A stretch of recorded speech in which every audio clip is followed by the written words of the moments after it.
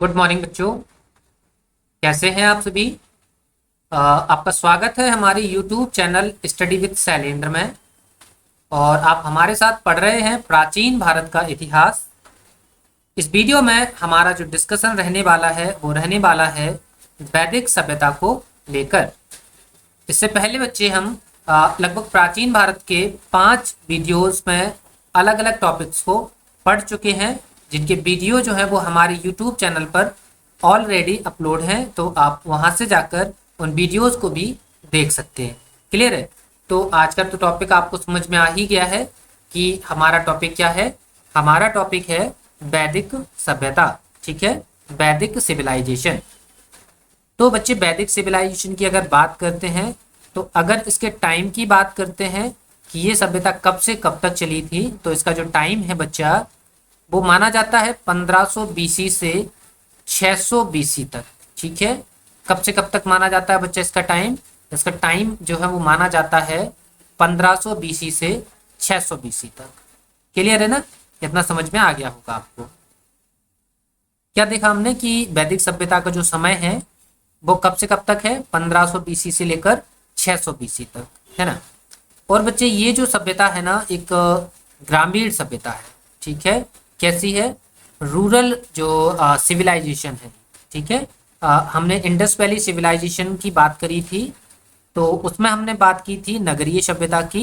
लेकिन अब हम बात करेंगे किसकी, ग्रामीण सभ्यता के बारे में। ठीक है, तो वैदिक सभ्यता को बच्चा हमने बांटा है 2 भागों में। ठीक है, 2 भागों में वो इसलिए बांटा है क्योंकि एक पर्टिकुलर टाइम के बाद जो है हमारे जो उस समय के जो लोग थे उनकी दिनचर्या में उनकी जीवन शैली में काफ़ी सारे चेंजेस देखने के लिए मिले।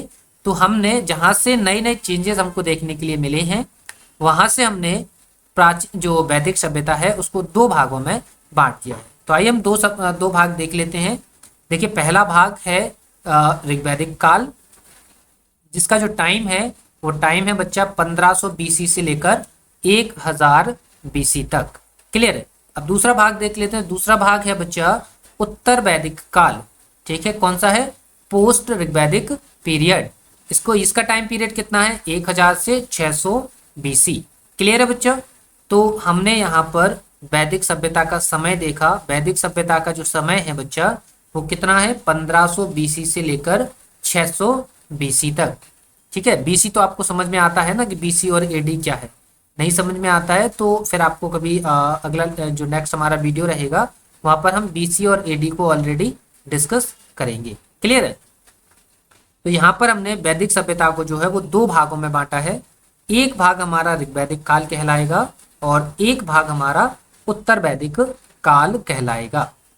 यहाँ पर दोनों के टाइम भी लिखे हुए हैं। एक का टाइम कितना है, ऋग्वैदिक काल जो है वो उसका टाइम 1500 बीसी से लेकर 1000 बीसी है, और उत्तर वैदिक काल का समय कितना है बच्चा, 1000 बीसी से लेकर 600 बीसी तक। क्लियर है। तो हम सबसे पहले किस पर बात करेंगे, हम सबसे पहले बात करेंगे ऋग्वैदिक काल पर। यहाँ पर जो सबसे ज़्यादा इन दोनों उत्तर वैदिक काल और ऋग्वैदिक काल में अगर सबसे ज़्यादा इंपॉर्टेंट फैक्चुअल इन्फॉर्मेशन आपको मिलेगी तो वो मिलेगी आपको कहाँ से, ऋग्वैदिक काल से। क्लियर है।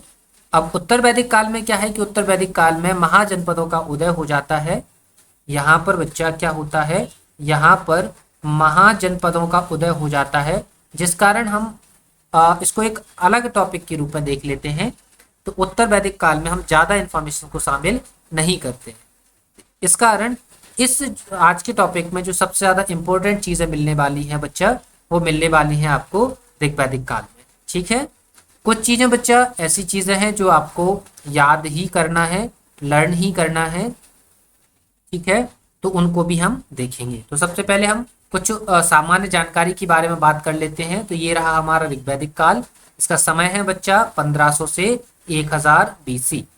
और बच्चा उम्मीद करते हैं आप हमारे वीडियो के साथ साथ ही अपने नोट्स भी तैयार कर रहे हैं, और आपका जो नोट्स तैयार हो रहा है वो एक बेहतरीन नोट्स है जो आपको कभी भी दोबारा किसी भी जगह बनाने की ज़रूरत नहीं पड़ेगी। एक बार आपका नोट्स बनेगा हमारे वीडियो के साथ, और बेहतरीन नोट्स बनेगा, और सारे एग्जाम्स के लिए वो नोट्स आपका काम आएगा। ठीक है, तो ऋग्वैदिक काल हम पढ़ रहे हैं, लेकिन सबसे पहले हम वैदिक सभ्यता की कुछ सामान्य सी जानकारी जो है वो उसको जान लेते हैं। ठीक है, तो वैदिक सभ्यता की हम सामान्य सी जानकारी के बारे में देख लेते हैं।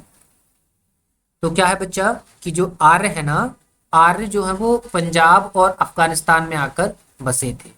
ठीक है, तो जाहिर सी बात है आर्य जो है वो भारत के नहीं थे, आर्य भारत के नहीं थे। आर्य कहाँ कैसे थे? विदेशी थे, जो कि भारत में आकर बस गए थे। कहाँ पर आकर बसे थे? वो पंजाब और अफगानिस्तान में आकर बस गए थे। क्लियर है? अब देखिए बच्चा, मैक्स मूलर एक विद्वान है। मैक्स मूलर जी कहते हैं कि जो आर्य है ना, ये आर्य जो है वो मध्य एशिया के रहने वाले थे और मध्य एशिया से भारत में आए थे। ठीक है, और इसी के लिए एक स्टेटमेंट और बोला जाता है, वो भी आप याद रखेंगे। क्या बोला जाता है कि आर्य जो है वो सेंट्रल एशिया से आए थे, मध्य एशिया से आए थे, और कहाँ आए थे? वो आए थे भारत में। कहाँ आए थे बच्चा? भारत में, है ना। जो मैक्स मूलर जी हैं उनके अनुसार क्या था कि आर्य जो है वो कहाँ से आए थे? सेंट्रल एशिया से आए थे, आई मीन टू से मध्य एशिया से आए थे, और कहाँ पर आकर बस गए थे? वो बस गए थे भारत में। ठीक है, अब देखिए वो बच्चे भारत में तो आए थे, लेकिन भारत में एक प्रवेश द्वार से होते हुए भारत में आए थे। ठीक है, वो प्रवेश द्वार कौन सा था? वो प्रवेश द्वार बच्चा था, वो था आपका खैबर दर्रा। कौन सा था? खैबर दर्रा। ठीक है, तो आर्य जो है बच्चा वो भारत में प्रवेश करते हैं, लेकिन कहाँ से प्रवेश करते हैं? वो करते हैं खैबर दर्रे से। क्लियर है ना? चलिए, ये चीज आपको समझ में आ गई होगी कि आर्य जो है बच्चा वो सेंट्रल एशिया से भारत में आए थे, लेकिन कहाँ से होते हुए आए थे? खैबर दर्रे से होते हुए वो भारत में प्रवेश कर जाते हैं, और भारत में प्रवेश करने के बाद पंजाब और अफगानिस्तान में आकर बस जाते हैं। ठीक है, एक और चीज, ये पॉइंट आपको समझ में आ गया होगा। एक और ध्यान से देखिएगा, जब आर्य भारत में आए ना बच्चा, तो आर्य भारत में आए, तो भारत में जब आए आर्य, तो वो जो है वो सिंधु नदी तंत्र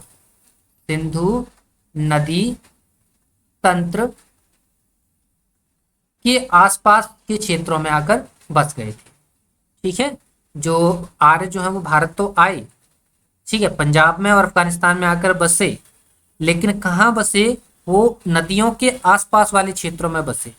क्यों बसे? क्योंकि उस टाइम पे उनके पास इतने संसाधन नहीं थे कि वो अगर मैदानी क्षेत्रों में रहें तो अपने जितने भी दिनचर्या की जो चीज़ें हैं, खाने पीने की चीज़ें हैं, ट्रांसपोर्टेशन की चीज़ें हैं, वो सारी चीज़ें जो है वो अवेल नहीं कर सकते थे। जिस कारण कोई भी सभ्यता जब भी विकसित होती है तो वो हमेशा किसी न किसी नदी किनारे ही विकसित होती है। जैसे कि हमने हड़प्पा सभ्यता में बात करी थी, तो हड़प्पा सभ्यता का जो विकास है वो सिंधु नदी तंत्र की नदियों के आसपास के क्षेत्रों में हुआ था। सिमिलर यहाँ पर भी आर्य जब भारत आए तो आर्य भी सिंधु नदी तंत्र के आसपास की नदियों के किनारे जाकर बस गए। क्लियर है बच्चे? ठीक है, यहाँ पर हमने मैक्स मूलर जी की बात करी थी, और मैक्स मूलर जी का स्टेटमेंट था कि वो मध्य एशिया से होते हुए भारत में प्रवेश करते हैं, और मध्य एशिया से भारत आते हैं और खैबर दर्रे से होते हुए भारत में प्रवेश कर जाते हैं। क्लियर है ना? लेकिन यहाँ पर एक और चीज आप याद रखेंगे, ये स्टेटमेंट जो है वो बहुत कम पूछा गया है, लेकिन फिर भी हम बता देते हैं। जो बाल गंगाधर तिलक जी जो थे, बाल गंगाधर तिलक जी बाल गंगाधर तिलक जी ने कहा था कि आर्य भारत में तो आए हैं, लेकिन वो आए हैं उत्तरी ध्रुव से। ठीक है, उत्तरी ध्रुव से आए हैं। ये पॉइंट भी आप अपनी नोट में मेंशन करेंगे। हालांकि इंपॉर्टेंट नहीं है, एग्जाम में बहुत कम पूछा गया है, लेकिन फिर भी आप छोटा सा पॉइंट है तो आप उसको लिखेंगे कि बाल गंगाधर तिलक जी के अनुसार आर्य उत्तरी ध्रुव से भारत में आते हैं। ठीक है, 2 पॉइंट आपको याद हो गए। यहाँ पे मैक्स मूलर जी ने क्या बताया है कि आर्य कहाँ से आए हैं? आर्य आए हैं मध्य एशिया से, और मध्य एशिया से भारत में आए हैं, लेकिन कहाँ से होते हुए आए हैं? खैबर दर्रे से होते हुए भारत में आए हैं। कहाँ बसे? पंजाब में बसे और अफगानिस्तान में बसे, लेकिन बसे तो हैं, लेकिन कहाँ पर बसे? सिंधु नदी तंत्र की नदियों के किनारे या उनके आसपास। ठीक है, चलिए, इतनी चीजें समझ में आ गई हैं आपको। देखिए धीरे धीरे चीजें आपको समझ में आएंगी और एक बेहतरीन नोट्स मिलेगा आपको। बस आप ये मत सोचिए कि यहाँ पर हम आपको हमारी फोटो नहीं दिख रही है या आपको जो है थोड़ा बोरिंग लग रहा है, क्योंकि हम मजाक मस्ती नहीं करते हैं। लेकिन आप कंटेंट देखिए, आपको ऐसा कंटेंट मिलेगा जो कि आपको दोबारा जो है वो अब कभी भी नोट्स बनाने की जरूरत नहीं पड़ेगी। क्लियर है ना? तो ये सारी चीजें आपने नोटबुक में नोट कर ली हैं। फिर चलते हैं हम आगे की तरफ। देखिए बच्चा, इस सभ्यता का नामकरण, चूंकि वैदिक सभ्यता हम पढ़ रहे हैं, तो वैदिक सभ्यता जो नामकरण किया गया है वो इसलिए किया गया है क्योंकि इस युग में जो है वो वेदों की रचना करी गई थी। तो वेदों की रचना के आधार पर हमने इस सभ्यता को नाम दिया है वैदिक सभ्यता। समझ में आया क्या बोला हमने? हमने बोला कि वेदों की रचना के आधार पर हमने इस सभ्यता का नामकरण कर दिया है वैदिक सभ्यता। अब बाकी आप वेदों के बारे में जानते हैं बच्चे, क्योंकि नहीं जानते हैं तो आप हमारा पहला वीडियो देखिए जहां पर हमने वेदों के बारे में कंप्लीटली डिस्कशन किया हुआ है। क्लियर है ना? चलिए आगे की बात करते हैं। हमने आपको पहले ही बता चुके हैं कि हम एक ऐसी सभ्यता की बात करने वाले हैं जो कि कैसी सभ्यता है बच्चा? एक ग्रामीण सभ्यता है। ठीक है, यहाँ पर बच्चा क्या है, यहाँ पर एक्चुअल में हमने वैदिक सभ्यता को दो भागों में बांटा हुआ है, एक ऋग्वैदिक काल है और एक उत्तर वैदिक काल है। क्या हुआ बच्चा कि यहाँ पर हमने इसको इसलिए बांटा हुआ है क्योंकि एक पर्टिकुलर टाइम के बाद, एक पर्टिकुलर समय के बाद, उस समय के मानव की जो लाइफ थी, जो लाइफ स्टाइल थी, उसमें चेंज आए और क्रांतिकारी परिवर्तन आए। तो जिस कारण, जो परिवर्तनों के कारण उस भाग को, जिस समय पर परिवर्तन नहीं हुए उसका एक भाग, और जिस समय पर परिवर्तन ज्यादा देखने के लिए मिले उसका दूसरा भाग। ठीक है, तो इस प्रकार उत्तर वैदिक काल और ऋग्वैदिक काल को हमने बांट दिया है। यहाँ पर बच्चा क्या था कि यहाँ पर जो है पहले लोगों की लाइफ होती है सरल, कोई भी लिमिटेशन नहीं होती है कि आप ऐसा नहीं कर सकते हैं, आप ऐसा ही करना पड़ेगा। लेकिन धीरे धीरे लोगों की जिंदगी जो है वो सरल से कैसी हो गई? कठिन। ठीक है, तो ऋग्वैदिक काल में हम बात करेंगे लोगों की सरल जिंदगी के ऊपर, और उत्तर वैदिक काल में हम बात करेंगे लोगों की कठिन जिंदगी के ऊपर। ठीक है, कठिन लाइफ के ऊपर। और देखेंगे कि जब लोगों की लाइफ में बहुत ज्यादा कठिनाइयां आ जाती हैं तो फिर नए नए धर्मों का उदय होने लग जाता है। जैसे कि एग्जाम्पल के तौर पे आपको आगे चलकर बौद्ध धर्म मिलेगा, आपको जैन धर्म मिलेगा। इसी प्रकार के लगभग 60 से 70 धर्म उस समय पर आए, लेकिन कुछ ही धर्म ऐसे हैं जिन्होंने अपना वर्चस्व कायम रखा। क्लियर है? तो हम अभी वैदिक सभ्यता की सामान्य जानकारियों के बारे में बात कर रहे हैं। तो ये जो आपकी वैदिक सभ्यता जो है वो कैसी सभ्यता है? ग्रामीण सभ्यता है। क्लियर है ना? चलिए, क्योंकि आपने देखा होगा कि आपकी जो वेद है ना, वेद वो किस भाषा में लिखे गए हैं बच्चा? वेद आपके लिखे गए हैं संस्कृत भाषा में, है ना? वेद किस भाषा में लिखे गए हैं? आपके लिखे गए हैं संस्कृत भाषा में। ठीक है, तो जब वेद संस्कृत भाषा में लिखे गए हैं तो उस समय की भाषा क्या रही होगी? तो उस समय की भाषा भी क्या रही होगी? संस्कृत। ठीक है ना? तो इस वजह से वैदिक सभ्यता की जो भाषा है बच्चा वो कैसी है? संस्कृत भाषा है। ठीक है, देखिए यहाँ पर सबसे प्रमुख पशु जो है वो बच्चा क्या है? गाय है। सबसे प्रमुख पशु कौन सा है बच्चा? सबसे प्रमुख पशु जो है वो गाय है। और गाय को बच्चा क्या माना गया है? यहाँ पे माना गया है अघन्या, मतलब एक ऐसा पशु माना गया है।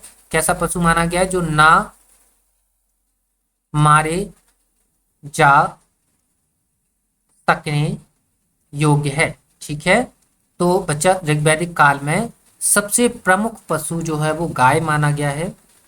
और ऋग्वैदिक काल के अंदर जितने भी युद्ध होंगे वो होंगे गाय के लिए।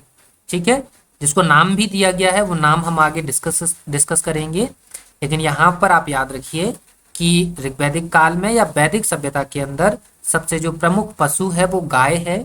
ठीक है, और गाय के साथ साथ यहाँ पर जो बच्चा क्या है, गाय को अघन्य कहा गया है, ना मारे जा सकने योग्य पशु कहा गया है। लेकिन एक बात और याद रखेंगे कि वैदिक सभ्यता में जो सबसे प्रिय पशु था, जो सबसे ज्यादा प्रिय पशु माना गया है, वो घोड़े को माना गया है। क्लियर है? तो प्रमुख पशु और प्रिय पशु दोनों में आप अंतर याद रखेंगे। ठीक है, इसको थोड़ा इरेज कर देते हैं क्योंकि यहाँ पर जगह नहीं है, तो नीचे का पॉइंट जो है वो दिख नहीं रहा है। ठीक है, ये चीजें आप साथ ही साथ लिख रहे हैं तो मिटाने में कोई दिक्कत नहीं आई, है ना। देखिए बच्चा, ऋग्वैदिक काल में क्या है कि सबसे पवित्र नदी जो है वो सरस्वती को माना गया है, या हम मान सकते हैं कि वैदिक सभ्यता के अंदर सबसे पवित्र नदी जो है वो गंगा है, लेकिन सबसे पवित्र नदी जो है वो सरस्वती है।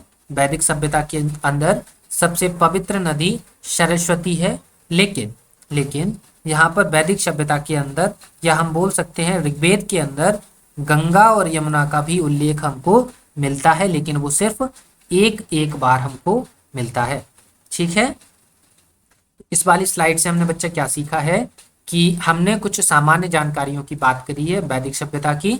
हमने क्या बात करी है कि आर्य जो है वो चूंकि विदेशी हैं, भारत के रहने वाले नहीं हैं, भारत में आते हैं। आने के संबंध में दो स्टेटमेंट बहुत ज़्यादा पॉपुलर हैं, एक मैक्स मूलर जी का है और एक बाल गंगाधर तिलक जी का है।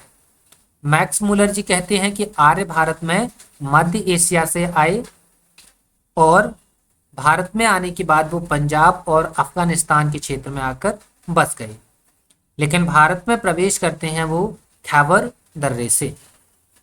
इसी के साथ ही बच्चा, आर्य भारत में पंजाब और अफगानिस्तान में तो बसे, लेकिन सिंधु नदी तंत्र की नदियों के किनारे या उनके आसपास के क्षेत्र में आकर बस गए। ठीक है, चलिए, और हम यहाँ पर एक और बात बताते हैं आपको कि कोई भी सभ्यता का जब विकास प्रारंभ होता है तो वो नदियों के किनारे ही होता है। ठीक है, चलिए, वेदों की रचना के कारण हमने वैदिक इस सभ्यता का नाम वैदिक सभ्यता कहा, और ये जो सभ्यता है वो पूरी की पूरी सभ्यता ग्रामीण सभ्यता है। भाषा यहाँ की संस्कृत रहेगी, प्रमुख पशु यहाँ पर गाय रहेगा और सबसे प्रिय पशु यहाँ पर घोड़ा रहेगा। सबसे पवित्र नदी यहाँ पर सरस्वती रहेगी। हालांकि ऋग्वेद के अंदर गंगा और यमुना का उल्लेख भी हमको मिलेगा, लेकिन वो सिर्फ एक एक बार हमको मिलेगा। क्लियर है, चलिए, ये चीज आपको समझ में आ गई है, आपने नोट भी कर ली है। फिर चलते हैं हम आगे की तरफ। देखिए, यहाँ पर आर्य आए हैं, आर्य आने के बाद वो कबीलों के रूप में भारत में बस जाते हैं। ठीक है, अगर वो कबीले के रूप में बसेंगे तो जाहिर सी बात है वहां पर राजनीतिक और प्रशासनिक व्यवस्था भी हमको देखने के लिए मिलेगी, है ना।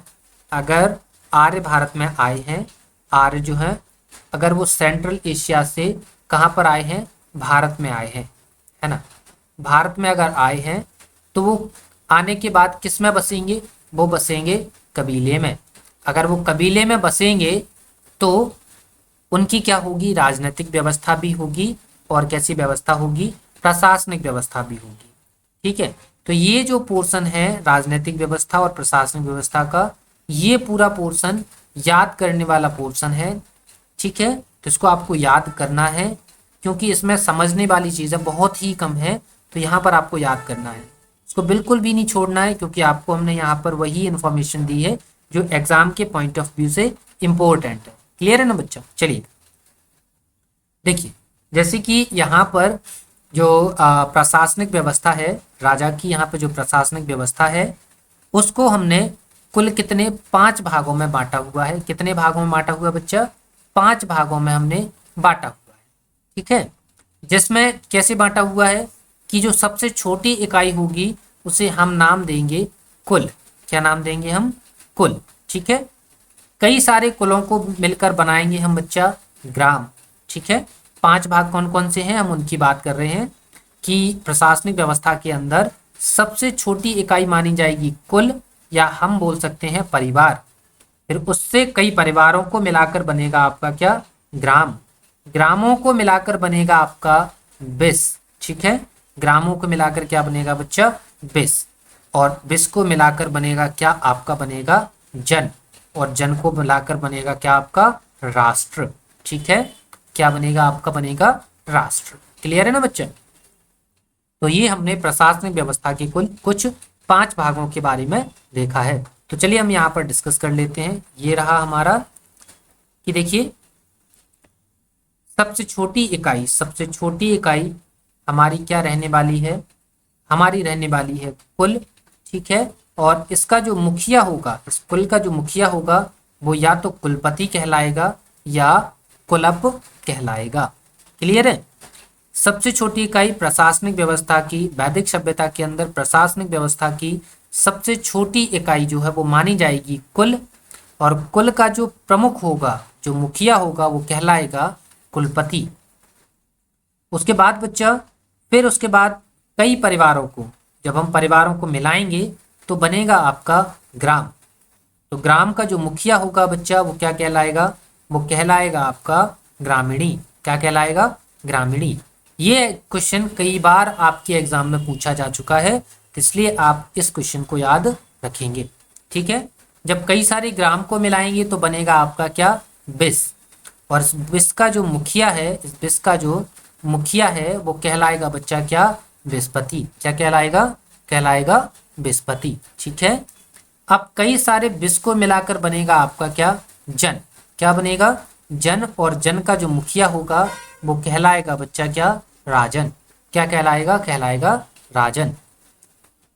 और उसके बाद कई सारे जनों को मिलाकर बनेगा क्या, राष्ट्र। ठीक है, जिसको हम, जिसके प्रमुख को क्या नाम देंगे, जिसके मुखिया को या प्रमुख को क्या नाम देंगे, हम नाम देंगे राजा। क्लियर है।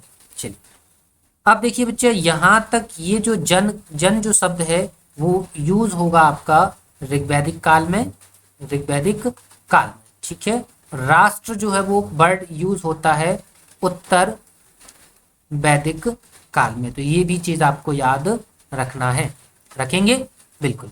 ठीक है, हमने क्या बताया आपको कि आर्य जो है वो भारत में आकर बसे। बसे किसमें, कबीलों में आकर बसे। कबीलों में आकर बसेंगे तो राजनीतिक और प्रशासनिक व्यवस्था भी उनकी होगी। तो जो आर्य जो है वो भारत में अपनी प्रशासनिक व्यवस्था को कुल 5 लेयर्स में विभाजित करते हैं। तो उनकी कौन कौन सी लेयर्स हैं, ठीक है, कौन कौन सी लेयर है, या हम बोल सकते हैं राजनीतिक व्यवस्था की कौन कौन सी लेयर होंगी। एक होगी कुल, जो कि सबसे छोटी इकाई होगी, जिसका मुखिया कहलाएगा कुलप या कुलपति। जब बहुत, ठीक है, कुल को हम एक दूसरा नाम भी दे सकते हैं, हम नाम दे सकते हैं क्या, परिवार। ठीक है, तो कई सारे परिवारों को मिलाकर बनेगा क्या बच्चा, बनेगा ग्राम। ग्राम का जो मुखिया है वो कहलाएगा ग्रामीणी। इसके बाद कई सारे ग्राम को मिलाकर बनेगा बिस। बिस का मुखिया होगा बृहस्पति। फिर कई सारे बिस को मिलाकर बनेगा आपका जन, जिसका मुखिया क्या कहलाएगा, राजन। और फिर कई सारे जनों को मिलाकर बनेगा बच्चा आपका राष्ट्र। और राष्ट्र का प्रमुख कौन कहलाएगा, कहलाएगा आपका राजा। क्लियर है। जन जो शब्द है, जन तक का जो सफर है वो आपको ऋग्वैदिक काल तक मिलेगा। और जन के बाद क्या होता है, जो आर्य जो है वो अपने क्षेत्र को बड़ा कर लेते हैं। जब क्षेत्र को बड़ा कर लेते हैं तो फिर निर्माण होता है एक राष्ट्र का। ठीक है, किसका निर्माण होता है निर्माण राष्ट्र का। तो जिस कारण राष्ट्र जो, राष्ट्र शब्द की जो अभिव्यक्ति है वो कहाँ मिलेगी आपको, आपको मिलेगी उत्तर वैदिक काल में। क्लियर है। चलिए उम्मीद करते हैं इस स्लाइड की चीजें आपको समझ में आ गई हैं। तो बात कर लेते हैं हम आगे की। देखिए बच्चा, जाहिर सी बात है, अगर प्रशासनिक व्यवस्था है तो अधिकारी भी होंगे, होंगे कि नहीं होंगे। अगर कहीं पॉलिटिकल स्ट्रक्चर और एडमिनिस्ट्रेटिव स्ट्रक्चर अगर लागू है तो जाहिर सी बात है राजनीतिक अधिकारी भी होंगे और प्रशासनिक अधिकारी भी होंगे। होंगे कि नहीं होंगे, बिल्कुल होंगे। तो चलिए हम इन्हीं अधिकारियों पर बात कर लेते हैं। क्लियर है। तो देखिए, प्रमुख 2 प्रकार के अधिकारी यहाँ पर आपको देखने के लिए मिलेंगे। प्रमुख राज्य अधिकारी जो हैं वो 2 तरीके के हैं। एक होंगे पुरोहित और एक होंगे सेनानी। ठीक है, अधिकारी जो हैं वो 2 तरीके के हैं। एक पुरोहित होंगे, यहाँ पे सॉरी पूरा नहीं लिखा है, मिसप्रिंटिंग है, पुरोहित। ठीक है, एक आपके पुरोहित होंगे और एक आपके सेनानी होंगे। ठीक है, इसके अलावा और भी जो अधिकारी हैं उनके नाम देख लेते हैं कि किस अधिकारी को क्या कहा गया है। देखिए, पुरप जो है वो कहा गया है दुर्गपति को। स्पष्ट जो कहा गया है वो गुप्तचर को कहा गया है। बाजपति जो है वो गोचर भूमि का अधिकारी होगा। इसके अलावा यहाँ पर सूत, रत्कार, कम्मादी, नाम के जो अधिकारी हैं उन्हें हमने रत्नी कहा है। और इस प्रकार के कुल 12 अधिकारियों का जिक्र हमको देखने के लिए मिल जाता है। ठीक है, क्या बोला हमने? सूत, रत्कार, कम्मादी नाम के जो अधिकारी हैं इन्हें रत्नी कहा है और इनकी कुल संख्या 12 हुआ करती थी। ठीक है, तो वैदिक सभ्यता के अंदर कुल हमको 12 रत्नी अधिकारियों का जिक्र भी देखने के लिए मिल जाता है। क्लियर है? देखिए, अपराधियों को पकड़ने वाला जो अधिकारी होता था, अपराधियों को जो पकड़ने वाला अधिकारी होता था, उसे नाम दिया गया है उग्र। क्लियर है? तो ये जो चीजें हैं वो याद करने वाली चीजें हैं। उम्मीद करते हैं आपने नोट कर ली हैं और इनको आप याद कर रहे हैं। क्लियर है? चलिए देखिए बच्चा, यहाँ पर संस्था जो है वो 2 तरीके की संस्था है। कितने प्रकार की संस्थाओं की बात करी गई है? 2 प्रकार की संस्थाओं की बात करी गई है, जिसमें एक संस्था जो है वो सभा है और एक संस्था जो है बच्चा वो कौन सी है? समिति। क्लियर है? 2 संस्थाएं हैं, एक सभा है और एक समिति है। ये दोनों जो सभाएं हैं बच्चा, ये जो दोनों संस्थाएं हैं, ये दोनों की दोनों संस्थाएं राजा के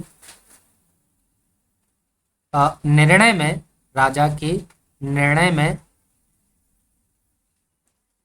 हस्तक्षेप कर सकती थी। ठीक है, संस्था जो है बच्चा वो कितनी संस्थाओं का जिक्र है वैदिक सभ्यता में? वैदिक सभ्यता के अंदर 2 संस्थाओं का जिक्र है, जिसमें एक है सभा और एक है बच्चा कौन सी? समिति। ये दोनों संस्थाएं जो है वो राजा के निर्णय में हस्तक्षेप कर सकती थी। क्लियर है? जिस कारण आपको एक जब वेदों का चैप्टर पढ़ाया जा रहा था उस दौरान आपको बताया था कि सभा और समिति को क्या बोला गया है? सभा और समिति को बोला गया है प्रजापति की पुत्री।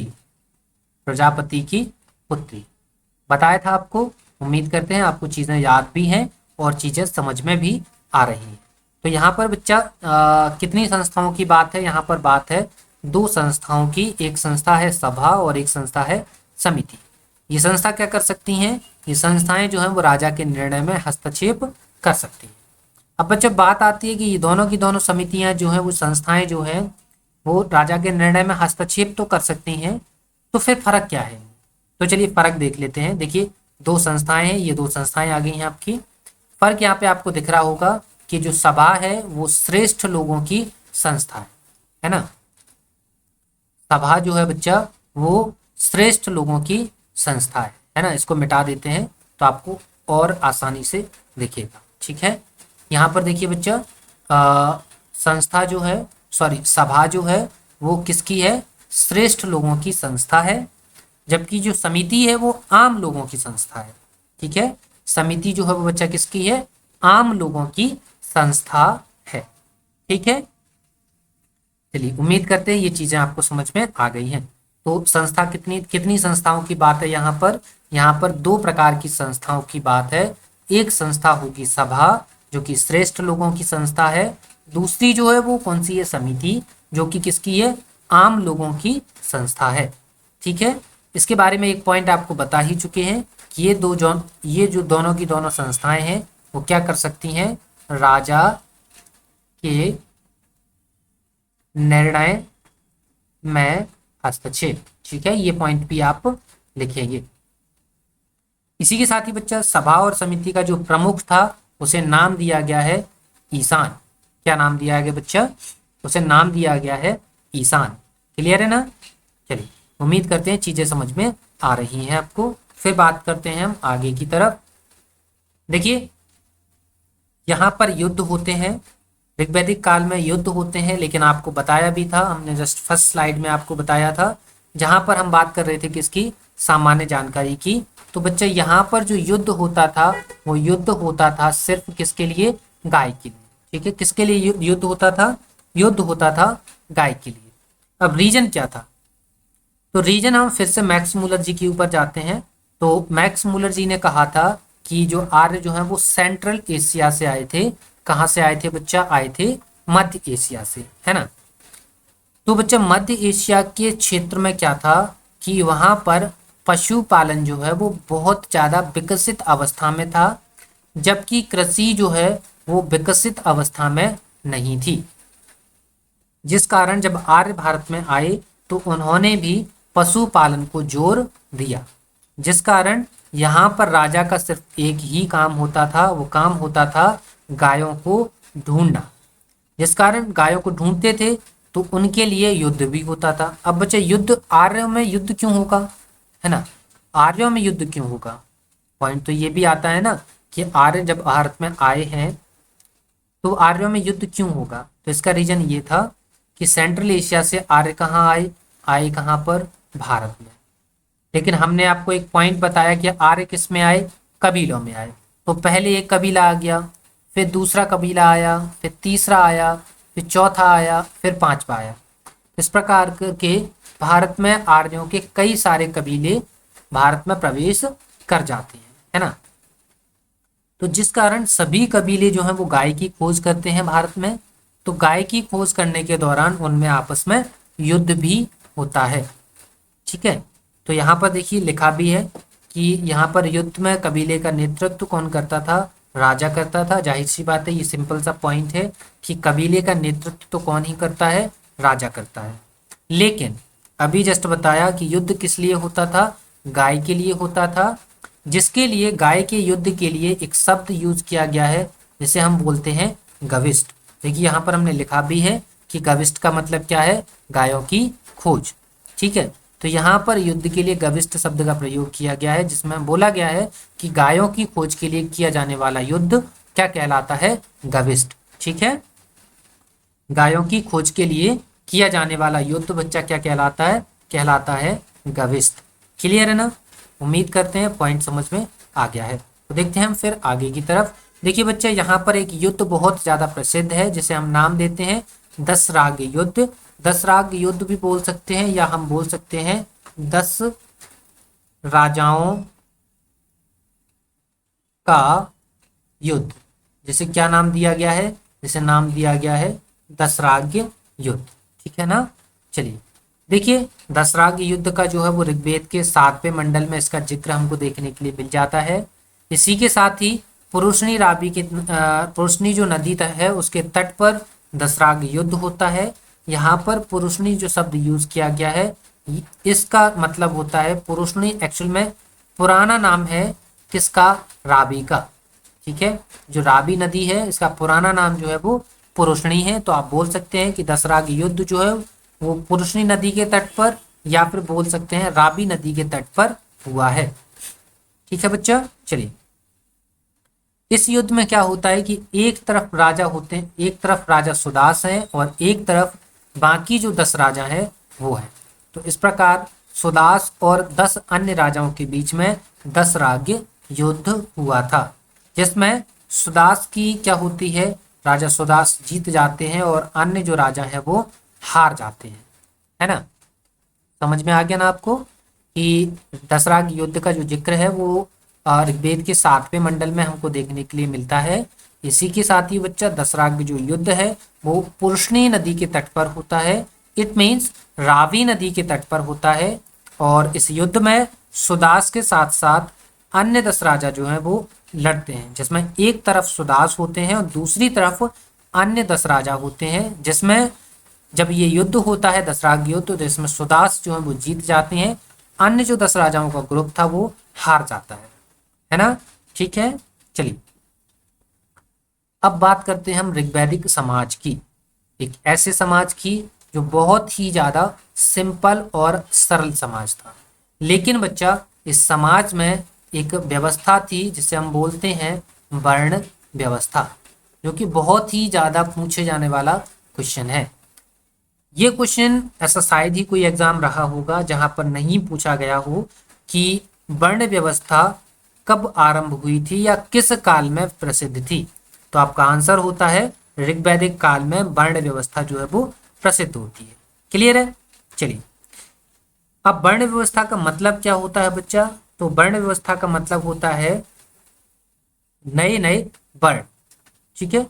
वर्ण मतलब एक बोल सकते हैं आप जाति बोल सकते हैं, या आप बोल सकते हैं एक ऐसी पदवी जो उस काम के लिए किसी स्पेसिफिक काम को व्यक्त करती है। ठीक है, तो यहाँ पर देखिए वर्ण व्यवस्था जो है, जिसमें वर्ण व्यवस्था के अंदर कुल 4 वर्ण शामिल हैं। वर्ण व्यवस्था के अंदर क्या है, कुल 4 वर्ण शामिल है। अब वो वर्ण कौन कौन से हैं वो यहाँ पर देख लेते हैं। एक बच्चा है ब्राह्मण, कौन सा वर्ण है, ब्राह्मण। दूसरा है क्षत्रिय, और तीसरा कौन सा है, तीसरा है आपका वैश्य, और चौथा कौन सा है, शूद्र। ठीक है ना। तो ऋग्वैदिक समाज में वर्ण व्यवस्था जो है उसका चलन था, जिसमें 4 वर्णों के बारे में जिक्र किया गया है। अगर हम ऋग्वेद की बात करें तो ऋग्वेद का अगर हम 10वां मंडल पढ़ते हैं जिसमें पुरुष सूक्त का वर्णन है, तो पुरुष सूक्त के अंतर्गत जो है वो 4 वर्णों के बारे में बताया गया है, जिसमें कौन कौन से वर्ण हैं, ब्राह्मण है, क्षत्रिय है, वैश्य है, शूद्र है। और इसके बारे में हम ऑलरेडी अपने प्रीवियस वीडियो में डिस्कस कर चुके हैं, लेकिन फिलहाल यहाँ पर आया है तो यहाँ पर भी इसका डिस्कशन करते हैं। क्या है बच्चा, क्या बोला गया है कि जो ब्राह्मण है, अगर कोई व्यक्ति पूजा पाठ करता है, लोगों का मार्गदर्शन करता है, तो ऐसे व्यक्ति को यहाँ पर बोला गया है ब्राह्मण।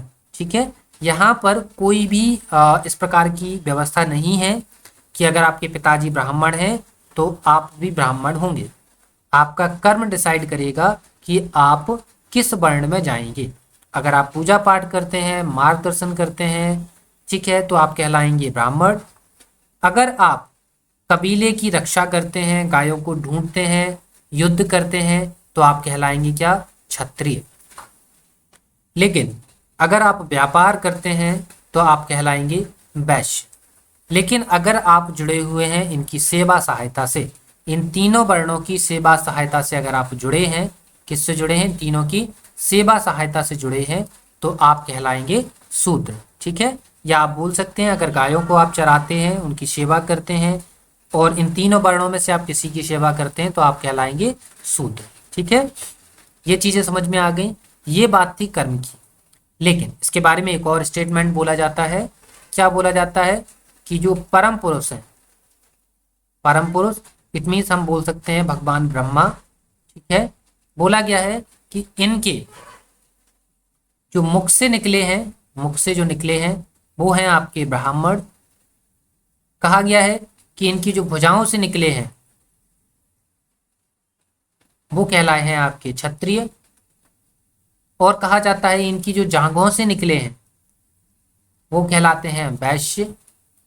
और कहा गया है इनके जो पैरों से निकले हैं, पैरों से निकले हैं, उन्हें कहा गया है शूद्र। ठीक है, ये पॉइंट भी आप नोट कर सकते हैं। ठीक है, ये सिर्फ एक जानकारी है जो कि हमने आपको बताई है। ठीक है, इससे रिलेटेड क्वेश्चन नहीं पूछा जाता है, ना अभी तक पूछा गया है, लेकिन फिर भी आप लिखेंगे एक जानकारी के तौर पर, क्योंकि ये चीज़ आप जानेंगे तो आपको टॉपिक पढ़ने में मजा आएगा, है ना। तो क्या है, हमने वर्ण व्यवस्था में 4 वर्ण हैं, कौन कौन से हैं, ब्राह्मण, क्षत्रिय, वैश्य और शूद्र, है ना। ब्राह्मण कौन होगा, जो पूजा पाठ करेगा, मार्गदर्शन करेगा, वो ब्राह्मण होगा। जो कबीले की रक्षा करेगा, गायों की खोज करेगा, वो क्षत्रिय होगा। जो व्यापार करेगा वो वैश्य होगा, और जो सेवा कार्य करेगा वो शूद्र होगा। इसी के साथ एक स्टेटमेंट बोला गया है कि जो परम पुरुष हैं, इट मीन्स अर्थात जो ब्रह्मा है, ब्रह्मा जी के मुख से जो निकला है, जो वर्ण निकला है उसे ब्राह्मण कहा गया है। भुजाओं से जो वर्ण निकला है उसे क्षत्रिय कहा गया है। जांघों से जो वर्ण निकला है उसे वैश्य कहा है, और जो पैरों से वर्ण निकला है उसे शूद्र कहा है। क्लियर है। चलिए यहाँ पर देख लीजिए, ये चारों के चारों वर्ण हमने यहाँ पर आपको दिखाए हुए हैं। ठीक है, तो ये वर्ण ये आपको दिख नहीं रहे हैं, तो हम इसको मिटा देते हैं यहाँ से। ठीक है, तो ये मिटा दिया, तो अभी आपको सब कुछ दिख रहा है। तो देखिए हमने ये चारों वर्ण यहाँ पर डिस्क्लोज किए हैं। कौन कौन से हैं, एक ब्राह्मण, दूसरा क्षत्रिय, तीसरा वैश्य और फिर चौथा शूद्र। ठीक है, ये क्रम आपको याद रखना है ना। चलिए अभी आपको बताया है कि इस समय का जो वर्ण व्यवस्था है वो कैसी वर्ण व्यवस्था है, कर्म पर आधारित वर्ण व्यवस्था है। अभी हमने जस्ट एग्जाम्पल भी दिया था कि अगर आपके पिताजी ब्राह्मण हैं तो जरूरी नहीं है कि आप भी ब्राह्मण कहलाएंगे। अगर आपका कर्म क्षत्रियों जैसा है। इट मीन्स आप युद्ध करते हैं, कबीले की रक्षा करते हैं, आप गायों की खोज करते हैं तो आप कहलाएंगे क्षत्रिय। अगर आप व्यापार करते हैं तो कहलाएंगे आप वैश्य, और अगर आप सेवा कार्य करते हैं तो कहलाते हैं आप शूद्र। ठीक है, तो यहाँ पर जो वर्ण व्यवस्था है वो कर्म आधारित व्यवस्था है। ठीक है, चलिए आपको जस्ट अभी बताया है कि यहाँ पर जो वर्ण व्यवस्था का जो जिक्र है वो कहाँ पर है, 10वें मंडल में है, पुरुष सूक्त में इसका वर्णन मिल जाता है। ठीक है, चलिए यहाँ का जो समाज है बच्चा वो कैसा है, पितृ प्रधान समाज है। पितृ प्रधान समाज होने का मतलब घर का जो मुखिया है वो कौन है, पुरुष है। इससे पहले हमने क्या पढ़ी थी, सिंधु घाटी सभ्यता पढ़ी थी, और सिंधु घाटी सभ्यता का जो समाज था वो मात्र सत्तात्मक समाज था। ठीक है, इट मीन्स वहां पर जो मुखिया होगा वो कौन होगा, घर की महिला होगी, है ना। तो यहाँ पर जो समाज है बच्चा वो कैसा है, पितृ प्रधान समाज है। तो पितृ प्रधान समाज होने का मतलब ये नहीं है कि यहाँ पर स्त्रियों की जो स्थिति है वो खराब है। ऋग्वैदिक काल में स्त्रियों की जो स्थिति है वो बहुत ही ज्यादा अच्छी है ना। याद रखना है कि पितृ प्रधान होने का कतई मतलब यहाँ पर ये नहीं है कि जो स्त्रियां हैं उनकी जो स्थिति है वो खराब है, उनकी स्थिति बहुत अच्छी है यहाँ पर, है ना। इसका जिक्र हमने आपको बताया भी था कि शतपथ ब्राह्मण में आपको स्त्री की स्थिति जो है वो बहुत अच्छी देखने के लिए मिलेगी, क्योंकि यहाँ पर स्त्री को पुरुष की अर्धांगिनी कहा गया है ना। ये पॉइंट आप नोट करें। चलिए आगे की बात करते हैं। देखिए अभी बात करी ना कि स्त्रियों की सामाजिक स्थिति, तो ऋग्वैदिक काल में हम देखते हैं कि स्त्रियों की सामाजिक स्थिति कैसी रही। वैसे हम बता चुके हैं कि स्त्रियों की जो स्थिति है वो बहुत ही अच्छी है, और शतपथ ब्राह्मण में तो स्त्रियों को जो है वो पुरुष की अर्धांगिनी कहा गया है। ठीक है, देखिए यहाँ पर क्या लिखा है कि ऋग्वैदिक काल में स्त्रियों की स्थिति काफी अच्छी है, जो कि हम आपको बता चुके हैं, है ना। यहाँ पर क्या लिखा है कि स्त्रियां अपने पति के साथ यज्ञ में भाग ले सकती थी। और क्या है, यहाँ पर बच्चा बाल विवाह और पर्दा प्रथा का प्रचलन नहीं था। और क्या, यहाँ पर अगर कोई विधवा है तो उसके अपने मृत पति के भाई के साथ भी वो विवाह कर सकती है। इट मीन्स जो विधवा है वो देवर के साथ भी विवाह कर सकती थी। क्लियर है। तो देखिए कितनी अच्छी स्थिति है यहाँ पर कि यहाँ पर विधवा पुनर्विवाह भी पॉसिबल है, यहाँ पर बाल विवाह भी बाल विवाह यहाँ पर नहीं होता है, पर्दा प्रथा यहाँ पर नहीं है। ठीक है, यहाँ पर स्त्रियां अपने पति के साथ यज्ञ भी कर सकती थीं। ऋग्वैदिक काल में स्त्रियों को जो है वो पुरुष की अर्धांगिनी कहा गया है, तो स्त्रियों की स्थिति बहुत अच्छी है। इसके अलावा यहाँ पर स्त्रियां जो है वो अविवाहित भी रह सकती थी। इसके अलावा ऋग्वेद में जो है वो काफ़ी सारी ऐसी स्त्रियां हैं, इनका भी जिक्र मिलता है जो बहुत ही ज़्यादा एजुकेटेड है, वेल एजुकेटेड है। चलिए उनके बारे में देख लेते हैं। देखिए स्त्रियां शिक्षा ग्रहण कर सकती थीं। ऋग्वेद में तो देखिए लोपामुद्रा, घोषा, सिक्ता, आपला, विश्वास जैसी बहुत सारी स्त्रियां हैं जो बहुत ही ज़्यादा वेल एजुकेटेड स्त्रियां हैं, है ना। इसी के साथ अभी बताया था कि स्त्रियों को यहाँ पर यह अधिकार भी था कि वो ताउम्र अविवाहित रह सकती थी, और इस प्रकार की स्त्रियों को यहाँ पर अमाजू कहा गया है। इस प्रकार की स्त्रियों को यहाँ पर क्या कहा गया है, यहाँ पर अमाजू कहा गया है।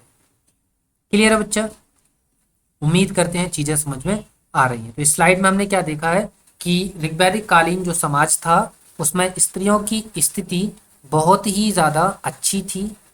हमने ये कैसे पता लगाया अच्छी थी कि देखिए स्त्री अपने पति के साथ यज्ञ में भाग ले रही है, स्त्री को यहाँ पर पुरुष की अर्धांगिनी कहा गया है, बाल विवाह और पर्दा प्रथा भी प्रचलन में नहीं है, विधवा पुनर्विवाह भी पॉसिबल है, स्त्रियां शिक्षा ग्रहण कर सकती हैं।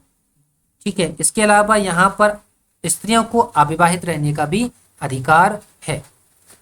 तो समझ में आया कि स्त्रियों की स्थिति कैसी है बच्चा, बहुत ही ज्यादा अच्छी है। क्लियर है। चलिए तो फिर चलते हैं हम आगे की स्लाइड पर और देखते हैं वहां पर हमको क्या देखने के लिए मिलता है। तो अब बात करते हैं मनोरंजन की। तो मनोरंजन के लिए तो देखो जो आर्य थे वो मनोरंजन के लिए संगीत हुआ, घुड़दौड़ हुई, है ना, घुड़दौड़ हुई। इसके अलावा क्रीड़ा हुआ, डांस जिसे हम बोलते हैं, डांस हुआ। ये सारी चीज़ें जो है वो अपने मनोरंजन के रूप में यूज़ करते थे। यहाँ पर लिख के भी दिया है कि संगीत हो गया, रथ दौड़ हो गई, घुड़दौड़ हो गई। इसके अलावा यहाँ पर क्रीड़ा लिख लीजिए जिसे हम बोलते हैं डांस, ठीक है। तो इसका भी यूज़ यहाँ पर जो आर्य जो है वो करते थे। क्लियर है। चलिए देखिए कुछ अन्य तथ्यों की हम बात करेंगे। अन्य तथ्यों में आर्यों का जो मुख्य व्यवसाय था वो पशुपालन और कृषि था, जिसमें जो पशुपालन था बच्चा वो बहुत ही ज़्यादा विकसित अवस्था में था। कैसा था? बहुत ही ज़्यादा विकसित अवस्था में था, ठीक है ना। देखिए यहाँ पर आपको पहले ही बता चुके हैं कि सर्वाधिक प्रिय पशु कौन सा था? घोड़ा था। और सर्वाधिक महत्वपूर्ण पशु जो था वो कौन सा था? गाय था। इसके लिए क्या करते थे हम? युद्ध करते थे। उस युद्ध को हम नाम दिया था क्या? गविष्ठ, है ना। चलिए प्रिय देवता यहाँ पर कौन है? प्रिय देवता यहाँ पर इंद्र है, जिसका ऋग्वेद के अंदर बहुत ही ज्यादा बार जिक्र मिलता है ना। यहाँ पर देखिए आर्य जो है वो व्यापार के लिए दूर दूर तक जाते थे, और दूर दूर तक जाने वाले व्यक्ति को यहाँ पर पणी कहा गया है, ठीक है। क्या कहा गया है? पणी कहा गया है। इसके अलावा यहाँ पर वस्तु विनिमय की प्रणाली भी प्रचलित थी, है ना। क्या? वस्तु विनिमय की प्रणाली भी प्रचलित थी, ठीक है। इसके अलावा यहाँ पर ऋण देना भी अलाउ था। ऋण देते थे और ऋण देने के बाद ब्याज भी लिया जाता था, और इस प्रकार की प्रोसेस को करने वाला जो व्यक्ति होता था वो बैकनॉट कहलाता था, है ना। क्लियर है। चलिए देखिए बच्चे यहाँ पर जो वैदिक सभ्यता हम जो पढ़ रहे हैं, वैदिक सभ्यता में बहुत सारी जो इन्फॉर्मेशन है वो याद करने वाली इन्फॉर्मेशन है, इसलिए हम आपके साथ ज़्यादा आपका टाइम वेस्ट नहीं कर रहे हैं और जल्दी जल्दी उसको चीज़ों को बता रहे हैं, है ना। जहाँ पर चीज़ों को समझाने की ज़रूरत है हम वहाँ पर आपको समझा रहे हैं, और आपको समझ में भी आ रहा है। और जिस प्रकार आपने सिंधु घाटी सभ्यता की वीडियो पे हमें रिस्पांस दिया, अच्छा रिस्पांस दिया, उसी प्रकार उम्मीद करते हैं आप यहाँ भी हमको रिस्पांस देंगे। और अगर आपको बच्चा लगता है कि हमें कोई चेंज करना चाहिए, कोई चीज़ ऐड करना चाहिए, तो आप बता सकते हैं, हम चीज़ों को यहाँ पर ऐड भी करेंगे। क्लियर है। चलिए बात कर लेते हैं हम ऋग्वैदिक कालीन देवताओं की। तो यहाँ पर देखिए ऋग्वैदिक कालीन जो देवता हैं ये आपको याद करना है। जैसे कि इंद्र हैं, इंद्र जो है वो युद्ध के नेता हैं, वर्षा के देवता हैं। अग्नि जो है वो देवता और मनुष्य के बीच में मध्यस्थता प्रदान करता है। यहाँ पर बीच नहीं लिखा, बीच लिख लीजिए। यहाँ पर 1 मिनट पेन चेंज कर लेते हैं। कौन है? बीच, ठीक है, ठीक है। देवता और मनुष्य के बीच मध्यस्थता प्रदान करती है कौन? अग्नि देवता जो है। वरुण देवता जो है वो पृथ्वी सूर्य के निर्माता माने जाते हैं। घौ ये जो देवता हैं वो आकाश के देवता माने गए हैं। सोम जो है वो वनस्पति के देवता माने गए हैं। उषा जो है वो प्रगति का एवं उत्थान का देवता मानी गई हैं। अश्विन यहाँ पर विपत्तियों को हरने वाले देवता माने गए हैं। पूषण यहाँ पर पशुओं के देवता माने गए हैं। विष्णु यहाँ पर विश्व संरक्षक एवं पालनकर्ता माने गए हैं। और मरुत जो है वो आंधी तूफान के देवता माने गए, ठीक है। उम्मीद करते हैं आप इसको जो है नोट करेंगे और इसको जो है वो याद करेंगे, ठीक है। ये जो पॉइंट है वो पूरा का पूरा याद करने वाला है, तो आप फटाफट इसको नोट करेंगे और याद करेंगे, है ना। आपको बताया भी था कि वैदिक सभ्यता के अंदर बहुत सारी ऐसी चीज़ें हैं जो आपको याद करनी है, तो हम उन पर टाइम वेस्ट नहीं करेंगे और हम जल्दी जल्दी उन चीज़ों को फिनिश कर देंगे, है ना। क्लियर है। चलिए तो आप बेहतरीन नोट्स बना रहे हैं, उसको बनाइए, याद करिए, है ना। चलिए हम बात कर लेते हैं ऋग्वैदिक कालीन नदियों की। यहाँ पर क्या है कि बहुत सारी ऐसी नदियाँ हैं जो इनका ओल्ड नेम कुछ और था और अब प्रेजेंट नेम उनका कुछ और है, ठीक है। इट मीन्स हम बोल सकते हैं न्यू नेम जो है वो कुछ और है, तो हम इनको भी डिस्कस कर लेते हैं। देखिए ये आ गई है लिस्ट आपके सामने। जो क्रुब नदी थी उसे अब बोला जाता है कुर्रम। कुबा नदी जो थी उसे बोला जाता है काबुल। बेतस्ता जो नदी है उसे बोला जाता है झेलम। इसके अलावा अस्किनी जो नदी है उसके बोला जाता है चिनाब।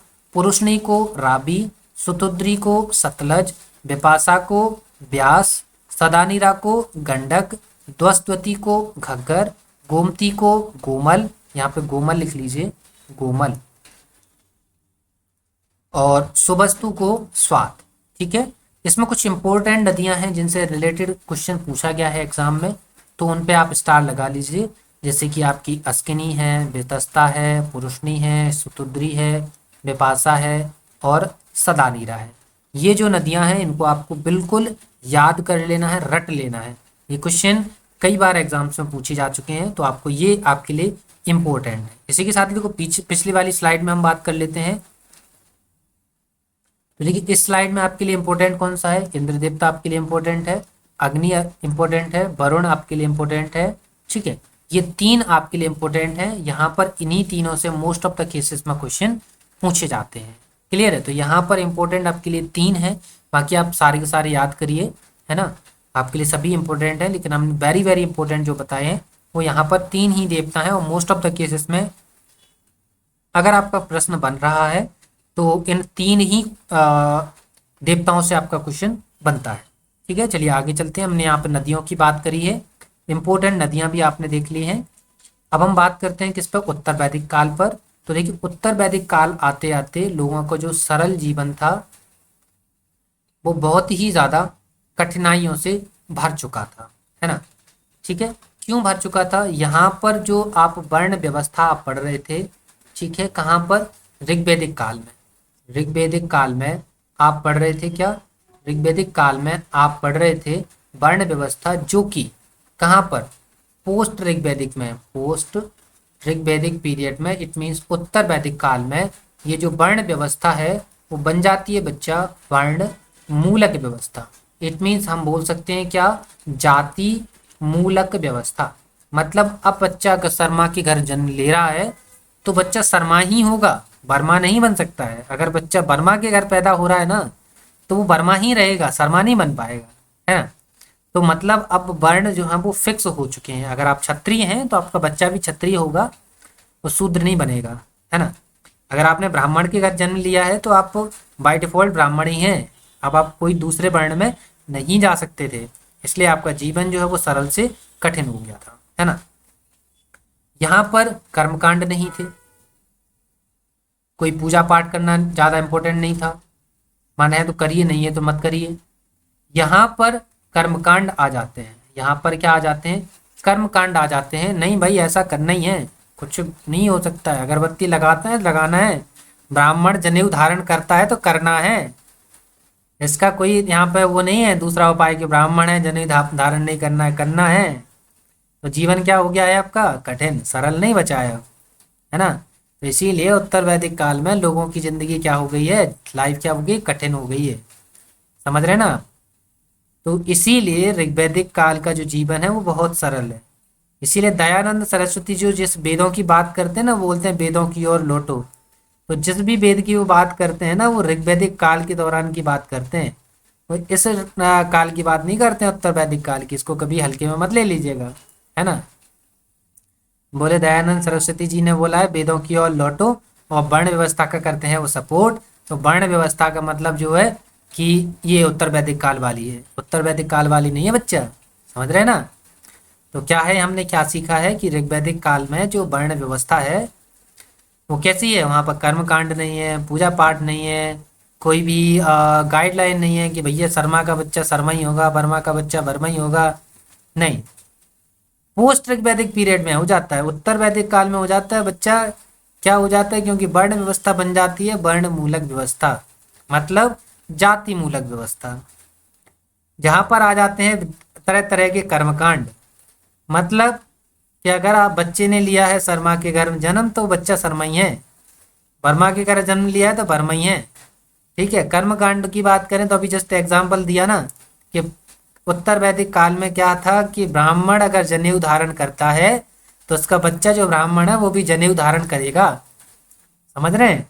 ये कर्मकांड था। तो इस प्रकार से लोगों का जीवन हो गया कठिन, कठिन हो गया। यहाँ पर जो शूद्र थे उनकी स्थिति हो गई बहुत ज़्यादा बदतर, बहुत ज़्यादा खराब। ठीक है, शूद्रों को समझा जाता था माटी कूड़ा। ठीक है, वाकई में स्थिति खराब मानी गई थी उस टाइम पे। तो इस वजह से जो है वो बहुत ही ज़्यादा लोगों का जीवन खराब हो जाता है। तो फिर नए नए प्रकार के धर्म आते हैं, जैसे बौद्ध धर्म आएगा, जैन धर्म आएगा, ये सारे धर्म आ जाते हैं। तो चलिए इसके बारे में देख लेते हैं, और बातें हम बाद में कर लेंगे। देखिए इंद्र यहाँ पर क्या था, ऋग्वैदिक काल में क्या था आपने पढ़ा था, सबसे जो प्रिय देवता थे इंद्र थे। लेकिन अब इंद्र नहीं है, सबसे प्रिय देवता कौन हो गए? प्रजापति।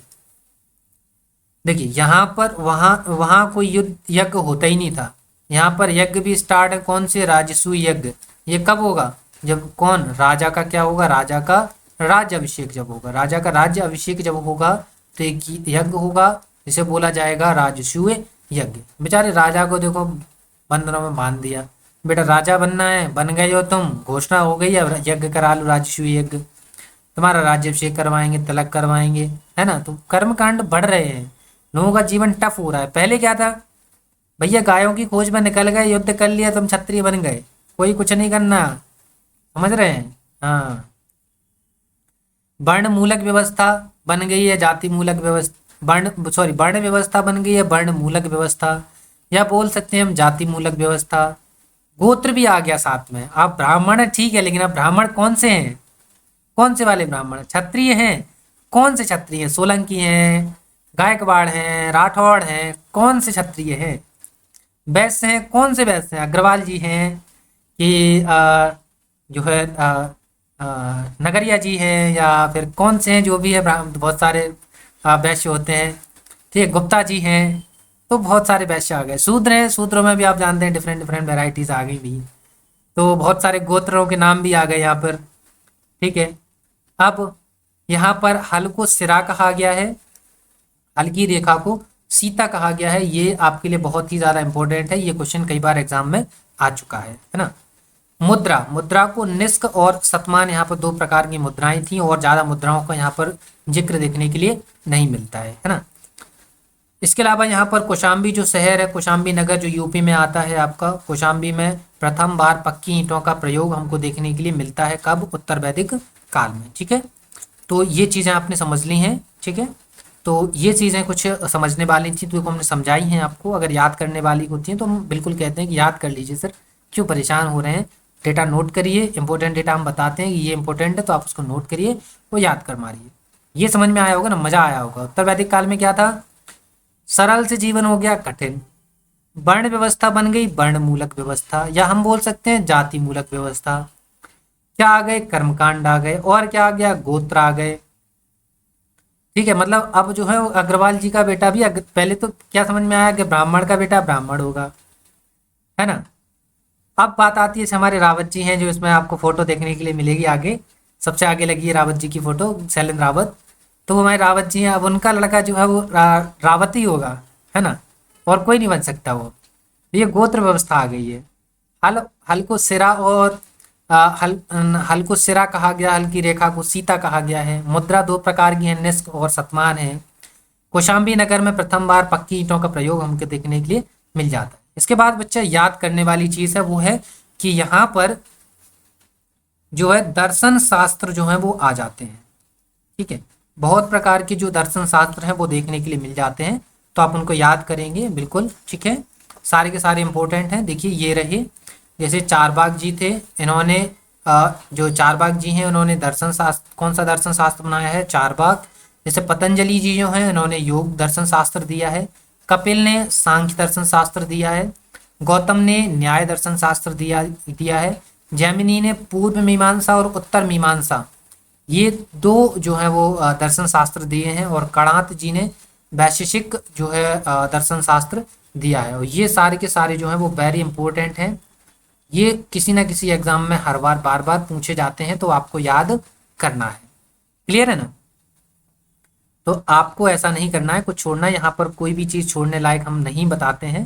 सारी की सारी चीज़ें जो बहुत ही ज़्यादा इंपॉर्टेंट होती हैं। और नोट्स बनाइए, आप प्रॉपर नोट्स बनाइए। कोई भी परेशानी है कमेंट बॉक्स में बताइए, है ना। कोई भी चीज़ आपको हमसे चाहिए, जानना चाहते हैं, हमसे बात करना चाहते हैं, कमेंट बॉक्स में बताइए, सब सारी प्रॉब्लम्स आपकी रिजॉल्व होंगी, ठीक है। इसके अलावा हमने अपने वीडियोज़ में नंबर भी दिया है आपको, तो वहाँ पर आप व्हाट्सएप करिए, मेल करिए, मेल आईडी भी दे रखी है हमने अपने वीडियोज़ में। तो वहाँ से आपको कुछ जो है वो आप अपनी परेशानी भेजिए, आपकी परेशानी जो है वो रिजॉल्व करवाई जाएगी। क्लियर है ना। चलिए, वीडियो पसंद आए बच्चा तो वीडियो को लाइक ज़रूर करिए, क्योंकि आपका लाइक जो है वो बहुत ही ज़्यादा इंपॉर्टेंट है हमारे लिए, क्योंकि हम जो है वो भी नए हैं अभी, तो कोशिश कर रहे हैं आपको बहुत ही अच्छी चीज़ें प्रोवाइड करवा पाएँ। धीरे धीरे करके हम सेटअप भी आपके लिए अच्छा लेकर आएंगे। आप हमें भी बाई फीस देख पाएंगे कुछ टाइम बाद। तो पहले आप सपोर्ट करिए, वीडियो आपको पसंद आता लाइक करिए, वीडियो को शेयर भी करिए, और चैनल को सब्सक्राइब करना तो बिल्कुल भी नहीं भूलना है। अगर आपके कोई दोस्त हैं तो उन्हें भी बताइए, उनसे भी चैनल सब्सक्राइब करवाइए और उन्हें बताइए हमारे डेटा के बारे में कि हम आपको क्या क्या चीज़ें प्रोवाइड करवा रहे हैं। क्लियर है बच्चों? तो उम्मीद करते हैं वीडियो पसंद आया है। तो मिलते हैं आपसे नेक्स्ट वीडियो में, तब तक के लिए धन्यवाद।